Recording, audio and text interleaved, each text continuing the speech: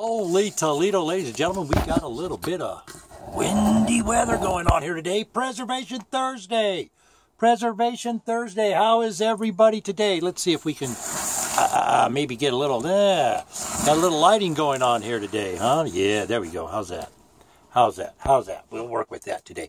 Alrighty. Hey, got a couple things. Let's see what we're going to talk about today. That wind out there, something else, man. I don't know if you can hear the bells in the background, but you'll probably hear them before it's over because we're getting gusts like 30, 40 miles an hour. Couple things going on in the industry. We'll touch today a little bit on that, how that Canadian lumber issue might affect contractors. But pricing is a big thing that I'll touch on a little bit about today. See if we can't find something out. I've been sent a bunch of information. Hey, Joe Hummel. Saw something he put out. I'm not sure how old it is, but I'm trying to find out. He supposedly posted something in Kim Savage's group on Facebook about the BOTG, boots on the ground, and order mills, or the OMs. Seems he couldn't find anything out about the OMs. I don't know why he couldn't find anything out about them. He wrote fiduciary policies for them that he shouldn't have been writing, by the way. Oh, who am I to say? Couple things going on right now. I heard yesterday somebody got hit with a $700 back charge from a couple years ago, saying HUD did it. HUD did not do it. Whoever that is, get a hold of me. We'll put you on a fast track. I'm telling you, that's illegal. We'll get you in front of HUD, and they'll tell you they didn't do it. So if HUD's not doing it, why are they taking your money? They're stealing. You can't lien the property because the property's been sold to somebody. They know this. The chargebacks are a scam. And as soon as labor stops, why everybody wants to fight, it's insane. 1099 the money so the IRS can get involved. That's all there is to it. That's it. Just 1099 it. Whether the IRS says okay, it will at least notify the IRS that something is wrong. And they can call you and say, I'm sorry, what's going on here? And you can explain it to them. Well, they charged me $700 for something I did 2.5 years ago. That's all you're going to get. And he's going to say, okay, you've said enough. They're going to hang the phone up and they're going to go arrest somebody for stealing. That's what they're doing. They're stealing. MCS is the biggest culprit right now. A to Z is right behind them. A to Z, right behind them. For a long time, they were a good company. They're not. When you see these companies start doing these chargebacks, ladies and gentlemen, there are financial issues going on. It's a dark, silent revenue stream for them. Eric Miller signs off on it. He okays it. It's okay for every one of the memberships to do it.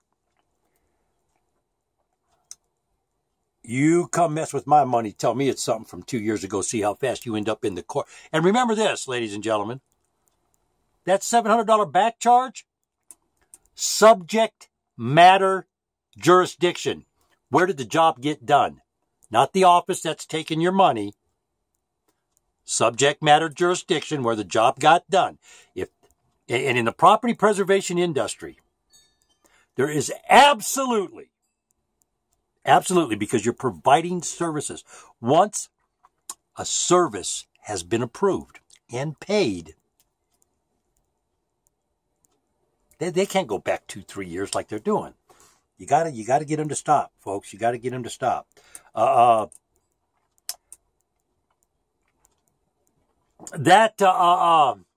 Richard Law over Sophie US. That was one of his lead stories this week, was about back charging, and it's illegal. They're on fishing expeditions. Trust me, no judge is going to say, oh, they can legally do that. They're okay, because they're not. They're not. Do I got stuff on my face? I guess so, huh? Guess I got to shave. Good thing I don't have a date, huh? Yeah. Hey, foreclosurepedia.org. Up to the minute fraud reporting, ladies and gentlemen. Up to the minute fraud reporting. All your information over there. They also have a little bit of stuff on IFAS going on. Before we go any further, this is a challenge. We're going to put something out there. We know the Bowerman decision is this ain't going to send a little ripple through the pond. It's going to send a pretty good sized seismic wave through the industry. My question to three people out there right now, three people.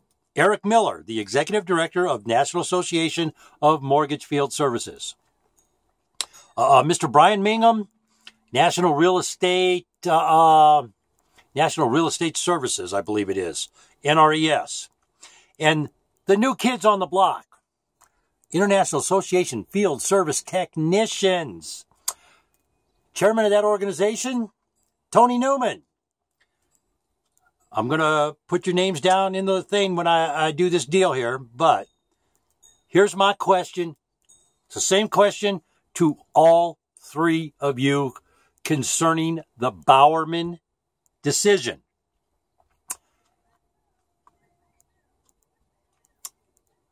That part of Hearst's case was never challenged. It became law.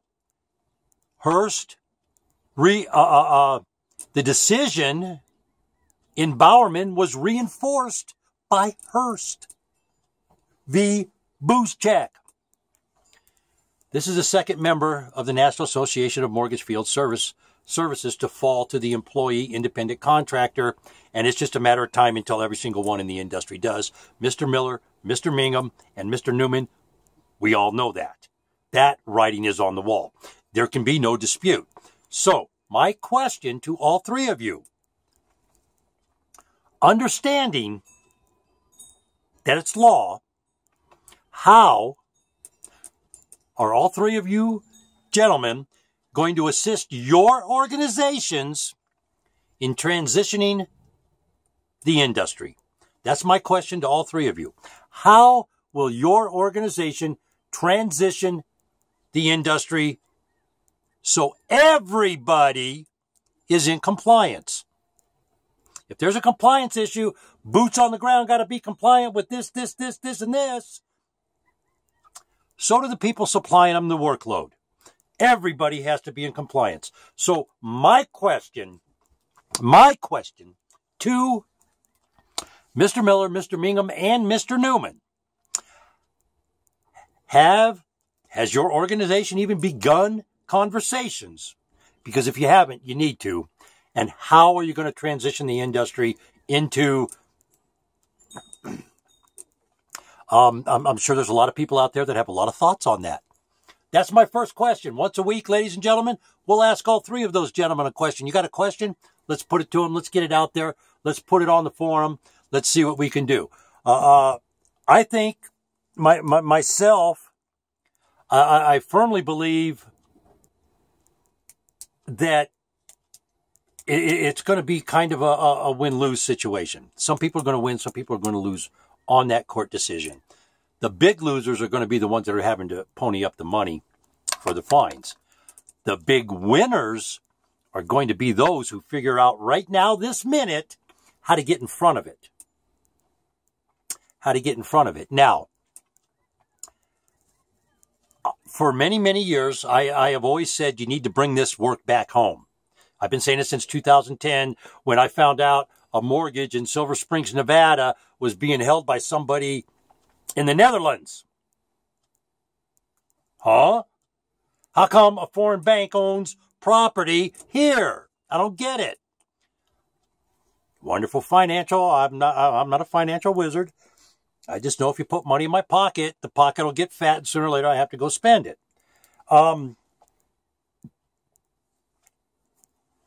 That said, what I mean by that is, I personally think Fannie Mae, Freddie Mac, Bank of America, they all the mortgage outlets, if there's a mortgage in a state, and maybe you don't have but a half a dozen mortgages in a state, but you got 170,000 in the one next to it. Well, you see, I firmly believe there needs to be a centralized office in all 50 states for these people. That way, and I got to give a plug to the cutie pie. You know I got to give a plug to that cutie pie in Richmond, Virginia, Kim Savage. That way, Freddie Mac could come directly, or Kim Savage could go directly to the office of Freddie Mac and say, this is the area I cover. What can we do? A lot of things happen when you do that. You have the realtors, you have the bank, you have you. By somebody being right there, you have the ability to all three work together for the same common goal, instead of this guy over here, and the one back there, all trying to work something out because this guy over here is doing the work. And let's be real. Let's be real for just a minute. The outsourcing business model mentality of the leading trade organization of the industry at this time is a failed business model. It is rapidly deteriorating. You have numerous companies, for whatever reason, can't figure out how to get a safety certificate on their website, passing information back and forth that can be used for identity theft, credit fraud, all kinds of stuff. So, I mean, people buy that money, that they pay a lot of money for that stuff. A lot of money for that stuff. Kim Savage, don't forget, tell that girl, got to go to the prom, man. We got to get the dance in that poodle skirt. Got to twirl her around. Let her see that poodle skirt. You bet. In them saddle shoes. You let her know. Hot August night. It's on. I found me a 65 Mustang. I might be driving around having a good time during the time. You never know. You never know. You never know. But let's talk a little bit about pricing. Somebody played, you know what? Melissa Carlson. That was a terrible trick they played on you. Terrible, terrible, terrible. It was awful. It was cruel and inhumane punishment. Melissa Carlson over at, I believe she's works with Channel 4 News in Reno and Fox News in Reno. They sent this girl a box from Doughboy Donuts. And they have good donuts. She opened it up and it was fruit. Fruit! Don't get me wrong. You know me, I'm anti-GMO. But don't mess with my donut, man. Carbohydrates, processed sugar, and saturated fat. A cup of coffee. How do you go wrong? It's breakfast. That's the all-American breakfast, ladies and gentlemen. Put an apple in the box. I feel for you, Melissa. I feel for you. I feel for you.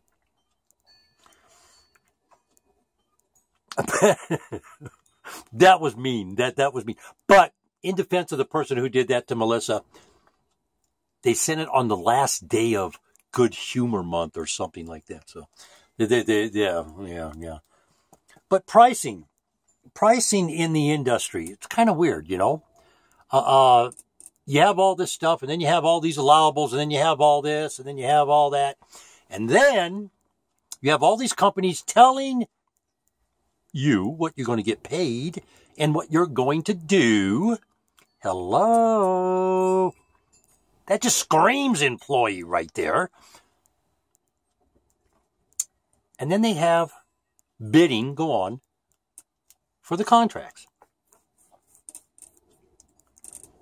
Back to bringing everything home. Think about that for a minute. Now,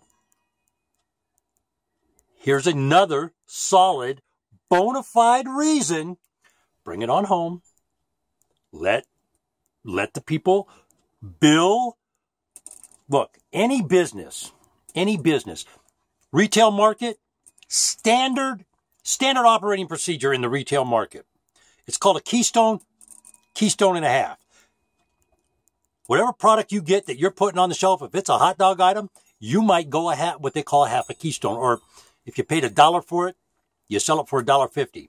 If you're selling 20,000 of those items a week, you'll sell it at $1.50. Now, let's say you have another item that might sell 2 or 3 a month. That one you want to double because you're going to dust it a couple times a month.